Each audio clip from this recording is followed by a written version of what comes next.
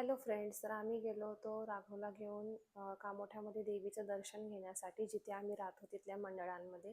तर खूप सुंदर असं देवीचं रूप होतं इथे, खूप छान सजवली होती. मग आम्ही दर्शन घेतलं. त्यानंतर आम्ही दुसऱ्या मंडळाला भेट दिली.